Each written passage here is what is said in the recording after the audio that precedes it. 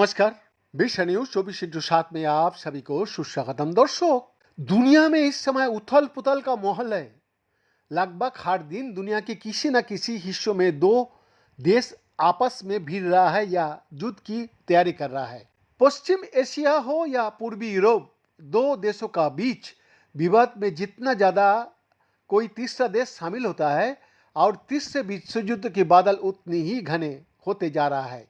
मिसाल के तौर पर देखिए, ईरान इसराइल संघर्ष, रूस यूक्रेन युद्ध में अमेरिका की सीधी भागीदारी और बदले में हरमुज जलमंड स्वरूप को बंद करने की ईरान की धमकी ने समग्र स्थिति को और जटिल बना दिया।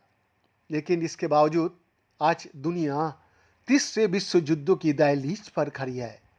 यह अंतर्राष्ट्रीय संबंध विश्लेषकों के अनुसार एक खतरनाक समय हम लोग देखने जा रहा हूं।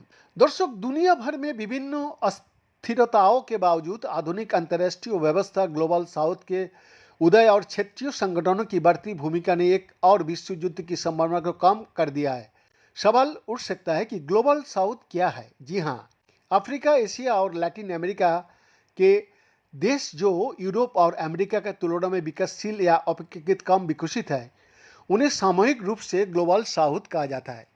पूरे विश्व में वर्तमान स्थिति का आकलन करने के लिए पिछले दो विश्व युद्धों का कारणों का विश्लेषण करना आवश्यक होता है। 20वीं सदी की शुरुआत में अफ्रीका, एशिया और लैटिन अमेरिका के अधिकांश देश पश्चिमी देशों की उपनिवेश थे। ग्लोबल साउथ का देशों को कभी भी स्वतंत्र निर्णय लेने की अनुमति नहीं थी। इसके बजाय उन्हें जबरन युद्ध के मैदान में घसीटा गया, चाहे वो भारतीय सैनिक को यूरोप भेजने का फैसला हो या अफ्रीकी उपनिवेशों को साम्राज्यवादी युद्ध में शामिल करने का। इन देशों को दोनों विश्व युद्धों में यूरोप केंद्रित साम्राज्यवादी देशों द्वारा युद्ध में मजबूर किया गया था। लेकिन अंतर्राष्ट्रीय ढांचे के पुनर्गठन और ग्लोबल साउथ का उदय के लिए वर्तमान वैश्विक संदर्भ पिछले दो विश्व युद्धों के संदर्भ से बहुत अलग है। दर्शक, ग्लोबल साउथ का देश अब स्वतंत्र संप्रभु है। वो अपनी राजनीतिक, आर्थिक और सुरक्षा नीतियों खुद तय करने में सक्षम है।